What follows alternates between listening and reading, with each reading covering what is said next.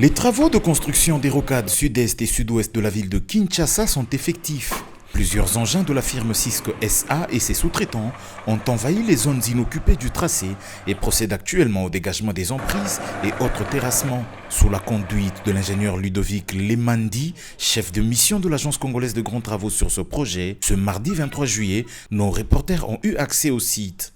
Partis du PK0 qui est le terminus Mboudi, ils ont remarqué un important déploiement en matériel et en personnel jusqu'au PK17 plus 800 où se trouve localisée la cité Millennium. Au PK12 du projet se fait la construction de la base vie de Crécuit avec l'installation de deux centrales dont l'une produira du béton et l'autre des enrobés. Pour faciliter le trafic sur ce tronçon, un ponceau de type Bélé triple simple a été jeté sur la rivière Mfouti au PK12 plus 900. Au PK13 plus 400 se font des travaux de terrassement sur la voie de déviation en vue d'obtenir un rayon de courbure adéquat. Et au PK15 plus 500, ce sont d'autres travaux de terrassement qui se pratiquent. Au PK16 plus 600, sous l'œil vigilant de la mission de contrôle du Bureau technique de contrôle, le BTC, des travaux de construction de caniveaux ont déjà débuté. Un peu plus loin, au PK16 plus 800, l'entreprise Crécuit poursuit avec les travaux de stabilisation et de lutte anti-érosive.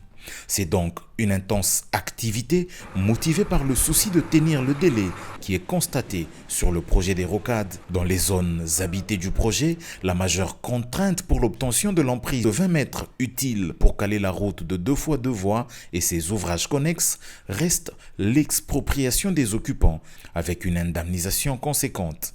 Vous êtes en train de constater ce qui est en train d'être fait sur terrain avec le déploiement des engins de toutes les entreprises qui devraient commencer à travailler. Donc la population peut constater le début effectif des travaux. Il ne s'agit pas d'une chimère, il s'agit d'une réalité.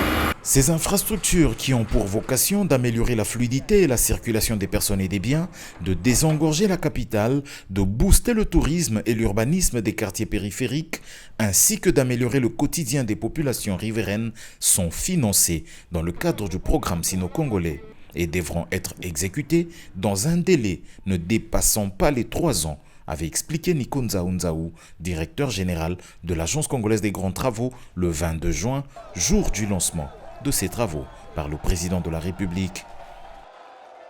Lors de la 3e réunion du Conseil des ministres tenue le vendredi 28 juin dernier, le président de la République avait fait savoir au gouvernement que des mesures d'encadrement pour la construction des rocades sud-est et sud-ouest de la ville de Kinshasa devraient être prises, soulignant au passage qu'il s'agit là d'un investissement important dont le gouvernement a la responsabilité d'assurer la bonne exécution ainsi que l'appropriation et la protection par la population.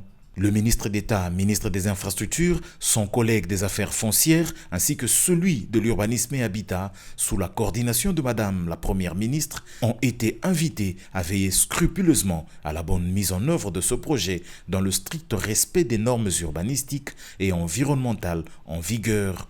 Une attention particulière devra être accordée à la juste indemnisation préalable des compatriotes qui feront l'objet d'expropriation pour cause d'utilité publique, avait insisté le président de la République.